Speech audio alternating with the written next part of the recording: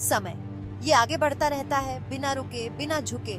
लेकिन कभी कभी ये ब्रह्मांड कुछ अलग कहानी कहता है। एक ऐसी कहानी जहाँ संयोग और किस्मत की रेखाएं धुंधली हो जाती हैं, जहाँ अतीत की गूंज वर्तमान में सुनाई देती है। अगले कुछ मिनटों में हम इतिहास के 10 ऐसे संयोगों के बारे में जानेंगे जो इतने अजीब, इतने विचलित करने वाले हैं कि आप समय, भाग्य और हमारे आसपास की दुनिया के बारे में जो कुछ भी जानते थे उस पर सवाल उठाने लगेंगे। आरएमएस टाइटैनिक के अपनी दुखद यात्रा पर निकलने से 14 साल पहले एक अनजान लेखक मॉर्गन रॉबर्टसन की कल्पना से एक भयानक भविष्यवाणी वाला उपन्यास सामने आया।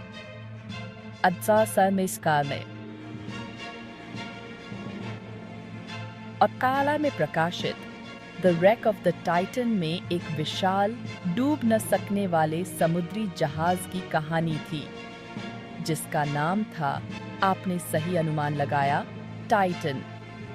दोनों जहाज़ों को उनके समय का सबसे बड़ा और सबसे शानदार बताया गया था। दोनों को लगभग अविनाशी बताया गया था और दोनों का अंत एक ठंडी अप्रैल की रात को उत्तरी अटलांटिक में एक हिमखंड से टकराकर हुआ। दोनों जहाज़ों में बहुत ही कम संख्या में लाइफ बोट थीं।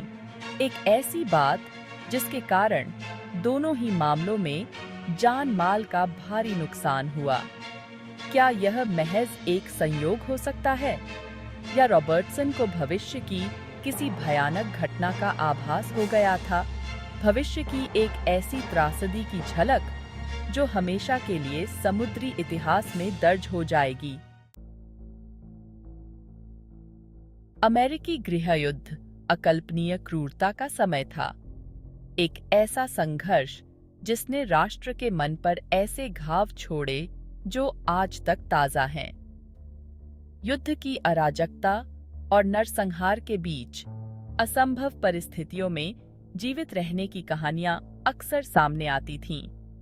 लेकिन कुछ ही कहानियां उतनी अजीब हैं जितनी उस गोली की कहानी जिसने अपने लक्ष्य को 2 बार पाया। हमारी कहानी एक संघ के सैनिक के इर्द गिर्द केंद्रित है, जिसने एक भयंकर झड़प के दौरान अपने पैर में तेज दर्द महसूस किया। घाव की जांच करने पर उसने त्वचा के ठीक नीचे एक गोली लगी हुई पाई। वर्षों बाद, युद्ध समाप्त होने के लंबे समय बाद, सैनिक के अंडकोश में एक दर्दनाक ट्यूमर विकसित हो गया। सर्जरी में वही गोली निकली। यह कैसे संभव हो सकता है? क्या वह गोली वर्षों तक सैनिक के शरीर में कहीं घूमती रही थी और इतनी अप्रत्याशित जगह पर फिर से प्रकट हुई? अजीब संयोगों के इतिहास में जुड़वां भाइयों और टैक्सी की कहानी विशेष रूप से भयानक और अकथनीय है। मीलों और परिस्थितियों से अलग, ये जुड़वां भाई एक जैसा जीवन जीते थे, उस अजीबोगरीब भाग्य से अनजान जो उनका इंतजार कर रहा था। एक भाई एक व्यस्त शहर की सड़क पार करते समय एक तेज रफ्तार टैक्सी की चपेट में आ गया और उसकी मृत्यु हो गई। उसी दिन मीलों दूर एक कस्बे में दूसरे जुड़वां भाई का अंत भी उसी तरह हो गया। दोनों भाई एक ही दिन, लगभग एक ही समय, एक ही मेक और मॉडल की टैक्सी में मारे गए। 2 घटनाओं के बीच इतनी दूरी को देखते हुए ऐसी बात कैसे मुमकिन है? 28 जून 1914 को आर्कड्यूक फ्रांस फर्डिनेंड की हत्या को व्यापक रूप से उस चिंगारी के रूप में माना जाता है जिसने प्रथम विश्व युद्ध के नरक को जन्म दिया था।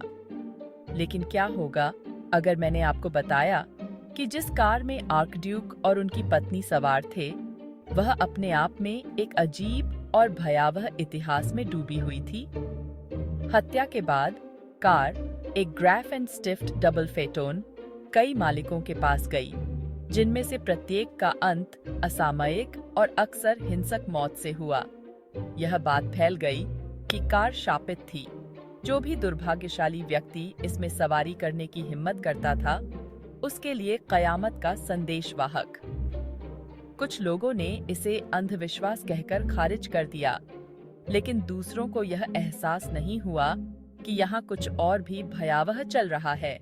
एडगर एलन पो, भयानक कल्पनाओं के उस्ताद, अपनी डरावनी, रहस्यमय और अलौकिक कहानियों के लिए जाने जाते हैं। 1838 में प्रकाशित उनकी कहानियों में से एक, the narrative of Arthur, Gordon Pym of Nantucket में एक ऐसा अंश है जो अजीब तरह से भविष्य सूचक है। कहानी ग्रैम्पस नामक एक व्हेलिंग जहाज पर सवार एक युवा चोरी छिपे यात्री का अनुसरण करती है। जहाज बर्बाद हो जाता है और बचे हुए लोग खुद को एक लाइफ बोट पर फंसे हुए पाते हैं। वे लौट निकालते हैं यह तय करने के लिए कि दूसरों को खिलाने के लिए किसे बलिदान किया जाएगा। रिचर्ड पार्कर नाम का एक युवा केबिन बॉय छोटा ड्रॉ निकालता है और उसके साथ ही उसे खा जाते हैं। 46 साल बाद वास्तविक जीवन में एक जहाज डूब गया जिसमें रिचर्ड पार्कर नामक एक केबिन बॉय का वही हश्र हुआ। हूवर बांध, इंजीनियरिंग का एक चमत्कार और मानवीय सरलता का प्रमाण, अमेरिकी प्रगति और लचीलापन के प्रतीक के रूप में खड़ा है। लेकिन इसका निर्माण एक बड़ी कीमत पर हुआ, जिसमें 100 से अधिक श्रमिकों की जान चली गई, जिन्होंने खतरनाक और कठोर परिस्थितियों में अथक परिश्रम किया। बांध के निर्माण से जुड़ी कई त्रासदियों में एक त्रासदी अपनी भयानक समरूपता के लिए अलग है। पहली और आखिरी मौत की कहानी। 20 दिसंबर 1922 को जॉर्ज टियर्नी नामक एक सर्वेक्षक की बांध स्थल पर काम करते समय जान चली गई। 13 साल बाद 20 दिसंबर 1935 को तेजी से आगे बढ़े। जैसे ही बांध पूरा होने वाला था, त्रासदी ने फिर से दस्तक दी, जिसमें एक और कार्यकर्ता पैट्रिक टियर्नी, जॉर्ज के बेटे की जान चली गई। उनकी मृत्यु की तारीख 20 दिसंबर, 13 साल पहले उनके पिता की मृत्यु की तारीख।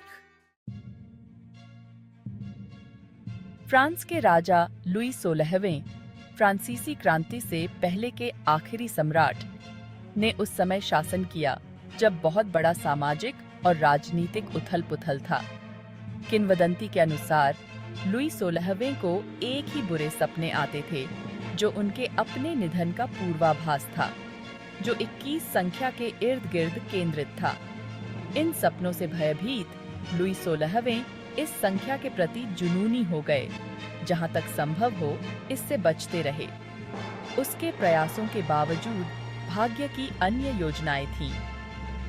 21 जून 1791 को लुई 16वें और उनके परिवार ने बढ़ती अशांति से बचने की उम्मीद में भेष बदलकर पेरिस से भागने का प्रयास किया। उन्हें वारेन्स शहर में पकड़ लिया गया। दुर्भाग्यपूर्ण संयोगों की एक श्रृंखला से उनका पलायन विफल हो गया और 21 जनवरी 1713 को लुई 16वें को राजद्रोह का दोषी पाया गया और गिलोटिन द्वारा मौत की सजा सुनाई गई। उनके निष्पादन की तारीख 21 जनवरी। मानव अस्तित्व की चित्रकारी में आकस्मिक मुलाकातें अक्सर जटिल पैटर्न बुनती हैं। भीड़-भाड़ वाली ट्रेन में एक दूसरे के बगल में बैठे 2 अजनबियों का भी ऐसा ही था। जॉन नाम के एक व्यक्ति को लगा कि वह अपने बगल वाले व्यक्ति को पहचानता है।